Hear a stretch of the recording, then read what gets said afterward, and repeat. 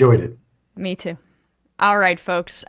We are going to quickly touch on Palestine, Gaza, before we wrap up the first hour of this program, just because I think it's important for the podcast audience to keep up on this as well. But truly appreciate the professor's time.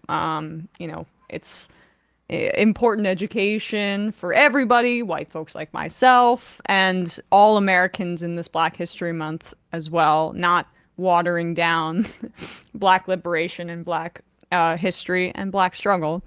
To wrap up this first hour here, let's play this clip. So the official death toll in Gaza, as I mentioned, is 29,000. It is much more than that. That is who they can count. Mostly women and children. Over 80% of Gaza's population has been driven from their homes. The homes are non-existent after being bombed, specifically completely in the north. It's just entirely destroyed, and a quarter of Gaza's population faces starvation at this moment. Israel has sieged the Nasser Hospital in Khan Yunis in the south, the largest functioning medical facility left in Gaza, and reports of torture of Palestinian civilians continue to trickle out. This is what Lula da Silva, the president of Brazil, said over the weekend. And he likens Netanyahu to Hitler here. This has obviously drawn outrage from pro-Israel folks, but anybody who wants to be mad about that, you're raising your hand, and actually you're just directing the attention onto yourself. Like the idea that Zionists could be in any position to show any kind of outrage about anything at this moment after all these months. Please keep loudly yelling at us so we can start yelling at you. We've said this before. I think it was maybe either Thursday or Friday. Matt and I spoke about how using the term genocide directly in this moment is key, because we're democratizing the term, and that's not to be flippant about it. It's about developing a general public consciousness about what constitutes genocide and what international law really does mean, and what, there's insufficiencies in international law. But for so long, I mean, after World War II, whether it be Vietnam War, the Iraq War, the ruling elite rely on an ignorance about what constitutes legitimate warfare, what is illegal and what is legal. And Israel's actions constitute genocide many times over because, as I'll read here, to democratize the term, Article 2 says, when targeting a specific group, genocide, if any of the following acts are committed, that means that it is one. A, killing members of the group. B, causing serious bodily or mental harm to members of the group. C, deliberately inflicting on the group conditions of life calculated to bring about its physical destruction in whole or in part. D, imposing measures intended to prevent births within the group. The hospital attacks are a part of that. E, forcibly transferring children of the group to another group.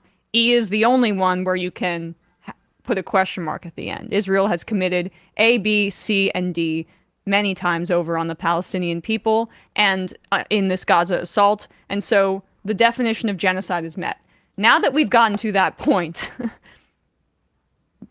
it is not controversial for someone like Lula da Silva to say what he says, because genocide is already happening, and it just is about the scope that we're going to reach. And I just want to dwell a little bit on, you say democratize, like to drill into that a little bit more. What we're doing really is redeeming it from what it's become, which is a buzzword that the West uses when it wants to license itself intervening militarily. Yes, and paper over the genocides that we have funded or supported. Exactly. Also, that the implicitly also, redeem us from that, which, right, exactly. So, it needs to be a word that actually means what it's taken to be said, not just when we want it to basically get our tanks and, aircraft carriers moving. Exactly. And so that is why, say it in polite conversation, It is not controversial. Israel is committing genocide. Now we take another step forward in the conversation about Zionism. And this is what Lula said, and I will read for the podcast audience the translation.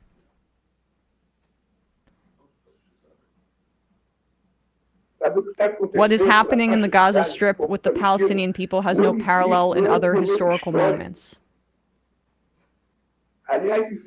In fact, it did exist when Hitler decided to kill the Jews. It is very funny when I see the rich world announcing that it is stopping contributions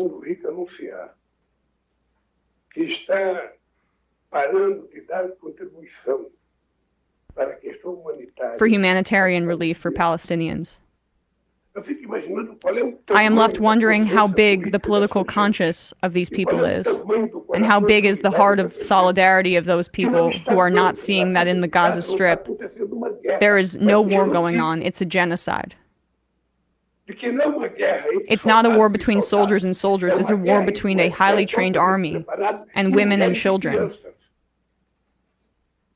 Those are irrefutable points. I mean, if you want to say that it's unfair because of the death toll to compare Netanyahu to Hitler, I would say that, by God, have we failed the victims of the Holocaust if we allow genocides to get to the point where they become a Holocaust, where we are on the verge of the extermination of an entire group of people, where, you know, millions and millions and millions are exterminated in the way that 6 million Jews were exterminated in the Holocaust. By God, have we completely abandoned our promise to establish a rules-based international order if we allow that to happen. Now, by the numbers of Palestinians, there just are not as many. So 1.9 have been displaced. 1.9 yes. million. And just to give people, I'm on the U.S. Holocaust Memorial Museum website, and if you think it's unfair, this is just some paragraphs that were written about the German Nazi propaganda at the time. Before and after the fact, the Germans used deceptive euphemisms to explain and justify deportations of Jews from their homes to ghettos or transit camps, and from the ghettos and camps to the gas chambers at Auschwitz and other killing centers. German officials stamped "evacuated," a word with neutral connotations, on the passports of Jews deported from the Germany and Austria to the model ghetto at Theresienstadt. I'm sorry if I'm butchering that. I've never heard that said out loud. Near Prague, or to ghettos in the east.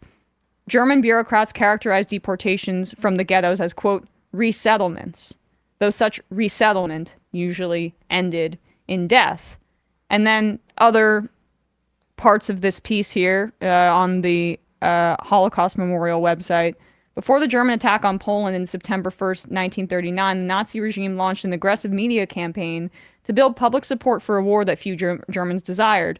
To present the invasion as morally justifiable defensive action, the German press played up Polish atrocities, referring to real or alleged discrimination and physical violence directed against ethnic Germans living in Poland. The press deplored Polish warmongering and chauvinism and attacked the British for encouraging war by promising to defend Poland in the event of German invasion. Just basically, like, these are just fascist tactics when you're trying to justify a genocide. Creating a pretext, they're all terrorists. We'll play that clip from the Israeli president at one point in the fun half. Fun-ish, I mean, whatever. But creating a pretext for support for the war, dehumanizing the people that you're going to invade, and then lying just completely about your intentions with a particular population.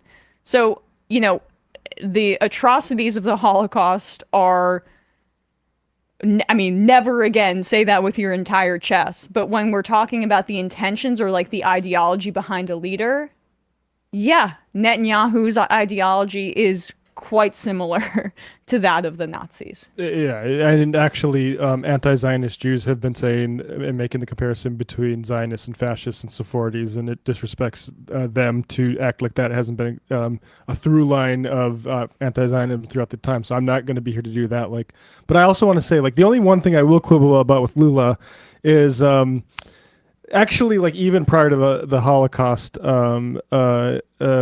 like, these massacres, this is a product of settler colonial societies. They do have precedents. What's going on in Gaza, in my opinion, you look up the Mystic Massacre, where it's always very easy to slip into I think it's historical guilt, but the English settlers, in a time of conflict with the Pequots, went to the village that didn't have any of the warriors but the women and children and set it on fire and burned hundreds of them. And that was about a few decades after we'd been here as the West. So, like, this is what settler colonial societies will do unless we completely repair, unless we at least do. I mean, even, like, South Africa's gone a long way towards repairing this sort of damage by leading this sort of charge. Obviously, like, that society has a lot to do with regards to equality, particularly on economic lines and land lines. But yeah, like, these sorts of things, they actually, the never again sort of stuff, I understand where that comes from, but I also think we need to understand that this stuff is a natural product. It's not some sort of supernatural thing that is visited on humanity. Abstracting the Holocaust from history, abstracting it from general, like, expansionist and imperial aims of the West. I mean, people describe fascism as colonialism or imperialism turned inward. And so we can't just look at when it has been turned inward. We have to look at what the West has and colonial powers have inflicted upon the world. And I'm sure, there probably are cases in Brazil's history that aren't great either. True. And it's just, but as we stand right now, like, that stuff is, 1600s. This is 2024, and we're looking at it in 4K. And we're to see, and you know what's crazy? You look at the Mathers, the sort of psycho fundamentalists of Massachusetts, talking about Amalek. Literally citing smiting of the Amaleks. Who sang that? The Mathers, back in, like, 1700s, 1600s. Okay, really? Yes, they literally cited. In the fun half, I'll get the citation. Yes. But literally, as they were carrying out their genocidal campaign, literally citing the same parts of the Old Testament. So, I appreciate maybe the rhetorical device of saying this has never happened. This is the urgency of it. But we actually, like, yes, we need to understand that these things are a product of the structure of society that that we've inherited. Let's put it that way. All right, folks. With that, we will wrap up the first hour of this program and head into the fun half. The number is 646.